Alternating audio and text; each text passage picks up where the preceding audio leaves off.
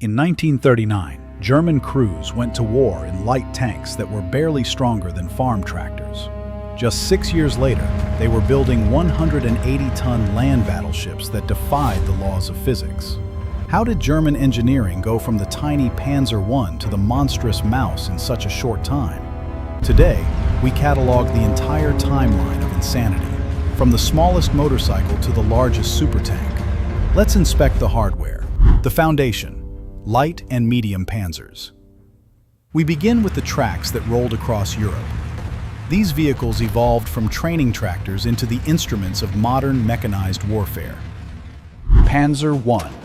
Originally disguised as an agricultural tractor to evade the Treaty of Versailles, the Panzer I served as the training platform of the Panzerwaffe.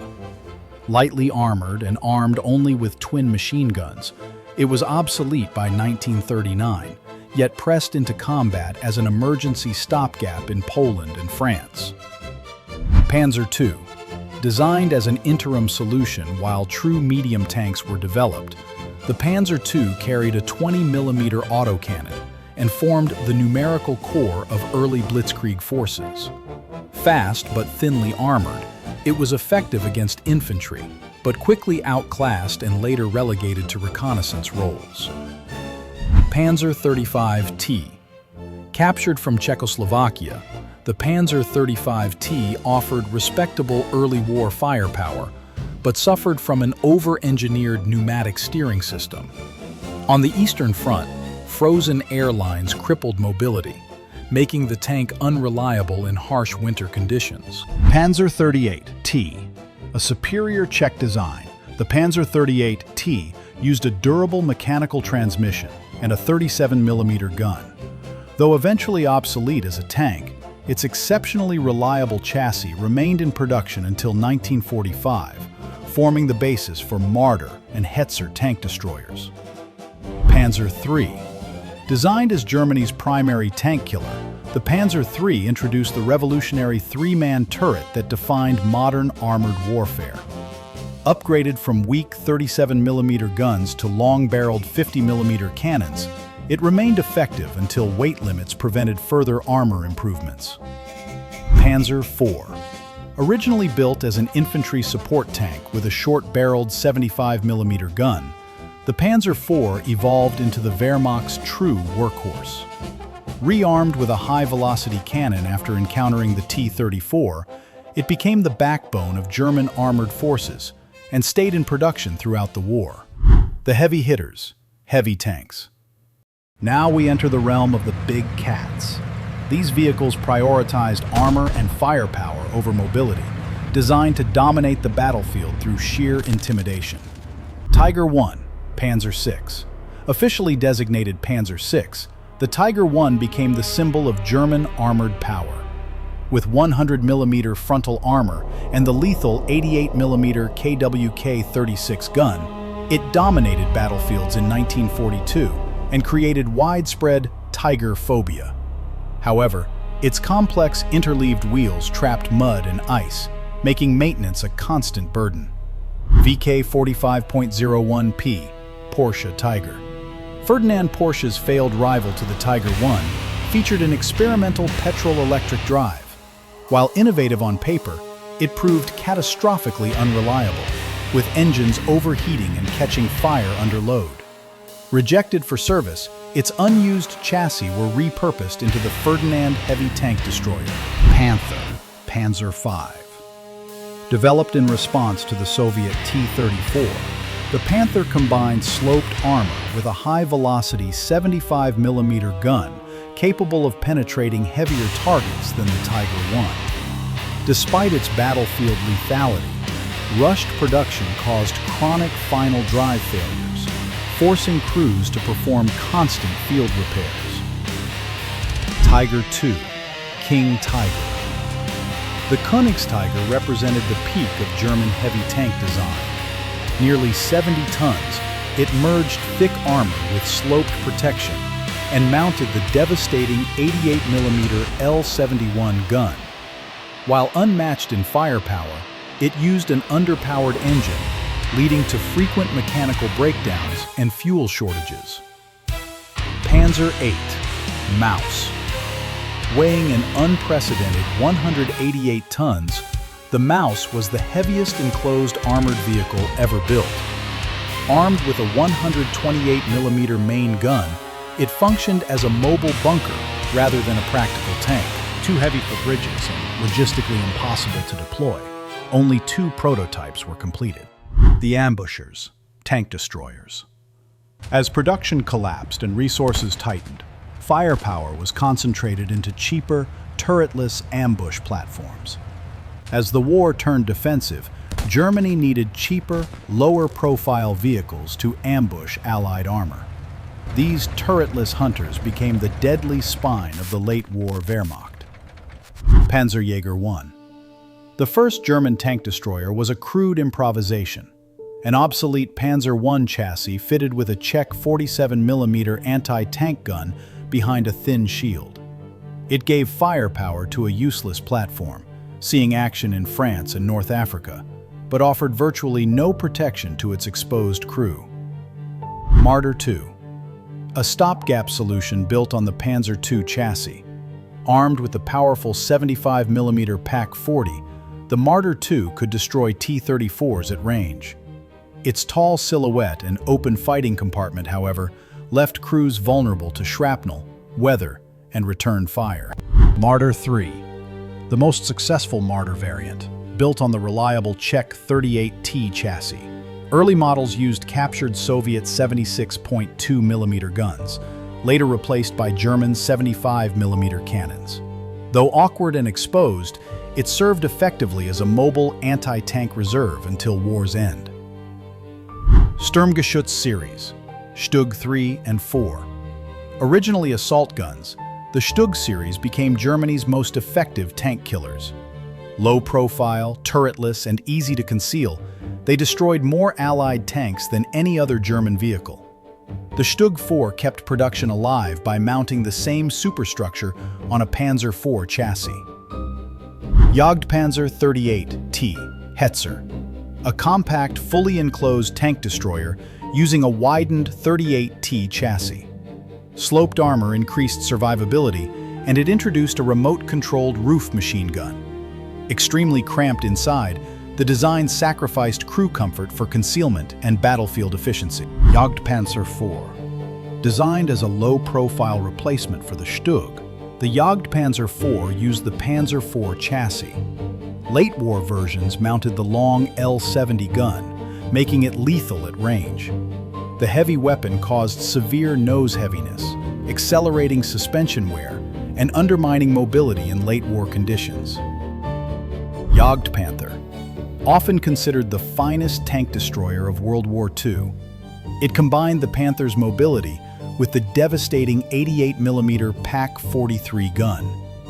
Fast, well-armored, and deadly at long range, it was an ideal ambush weapon, produced in numbers too small to influence the war. Ferdinand Elephant. Built on rejected Porsche Tiger chassis, this 65-ton vehicle carried massive frontal armor and an 88mm gun. It excelled at long-range combat at Kursk, but lacked close defense weapons. Later rebuilt as the Elephant, it finally received a machine gun and commander's cupola. Jagdtiger, the heaviest armored fighting vehicle to see combat service. Armed with a colossal 128mm cannon, the Jagdtiger functioned as a mobile fortress. Its extreme weight overwhelmed transmissions and bridges, causing most losses to mechanical failure rather than enemy fire, a recurring late-war pattern. Mobile artillery and AA, self-propelled guns.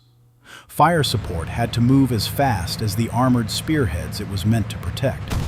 Germany pioneered the concept of mechanized artillery, ensuring that heavy fire support could keep pace with the Blitzkrieg.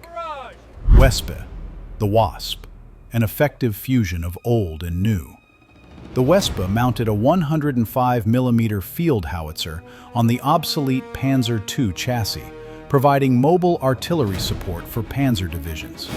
Compact and reliable, it was so successful that Panzer II production was redirected almost entirely to this role. Hummel, the Bumblebee. Built on the hybrid Geschützwagen 3-4 chassis, the Hummel carried a powerful 150mm howitzer capable of striking targets over 13 kilometers away. It delivered heavy firepower to armored formations, but remained open-topped, leaving crews exposed to weather and shrapnel. Nashorn, the rhinoceros. Originally called the Hornice, the Nashorn mounted the long 88mm anti-tank gun on the same hybrid chassis as the Hummel. It could destroy heavy Allied armor at extreme ranges, but its thin armor provided minimal protection, earning it the reputation of a glass cannon. Sturmtiger. Designed for brutal urban combat, the Sturmtiger used a Tiger I chassis to fire a massive 380mm rocket-propelled projectile. Each round required a crane to load. Intended to demolish fortified buildings, it saw limited action in Warsaw and during the Ardennes offensive. Flakpanzer IV series, Wirbelwind and Ostwind. Built on the Panzer IV chassis, these vehicles defended armored columns from air attack. The Wirbelwind used a quad 20mm mount with devastating anti-infantry effect. The Ostwind replaced it with a 37mm cannon, offering greater range and lethality against armored ground attack aircraft. Recon, transport, and oddities. Speed, logistics, and information decided what tanks alone could not. Victory required speed, information, and logistics. These vehicles carried the Panzer Grenadiers, towed the heavy guns, and acted as the eyes of the division. SD KFZ-222, the standard light armored car of the early Blitzkrieg. With four-wheel drive and a 20mm autocannon, it excelled on Western Europe's paved roads. On the Eastern Front, its small wheels and low ground clearance made it ineffective in deep mud and snow. SD KFZ-231-232, 8RAD, Germany's heavy reconnaissance vehicle. Featuring 8-wheel drive with all wheels steerable, it combined mobility with long-range communications. The distinctive bed spring antenna marked it as a command and reconnaissance hub for panzer divisions. SD KFZ-234-2, Puma, the peak of wheeled armored car design. The Puma mounted a 50mm gun capable of engaging light tanks and abandoned the bulky antenna for a sleek profile. Its air-cooled diesel engine and rear driver allowed rapid, high-speed withdrawal. SD KFZ-251, Hanomag, the definitive German half-track infantry carrier. It allowed Panzer Grenadiers to advance with tanks under small arms protection. With more than 20 variants, it served as everything from ambulance to rocket launcher, becoming a true multi-role platform. SD KFZ-7, the critical heavy artillery mover. This 8-ton half-track was essential for towing the famous 88mm flak gun. It transported the weapon, crew, and ammunition across rough terrain, making it logistically indispensable for anti-tank operations. SD KFZ-9, FAMO, the heaviest half-track ever produced. Designed for recovery operations, it was the only vehicle capable of towing disabled heavy tanks. As armor grew heavier, even the FAMO struggled, often requiring multiple vehicles linked together, pushing recovery to its limits. VW Kübelwagen, Germany's equivalent to the Jeep. Based on a modified Beetle chassis, it lacked four-wheel drive but used a locking differential and light weight for excellent mobility. Its air-cooled engine ensured reliability in deserts and extreme winter conditions. VW Schwimmwagen, an amphibious evolution of the Kübelwagen. With a sealed hull and fold-down propeller, it crossed rivers with ease. Selectable four-wheel drive made it one of the most capable light reconnaissance vehicles of the war. SD KFZ-2 Kettenkrad, a hybrid of motorcycle and tracked tractor. Steered by handlebars but turned by braking tracks, it was originally intended for airborne troops.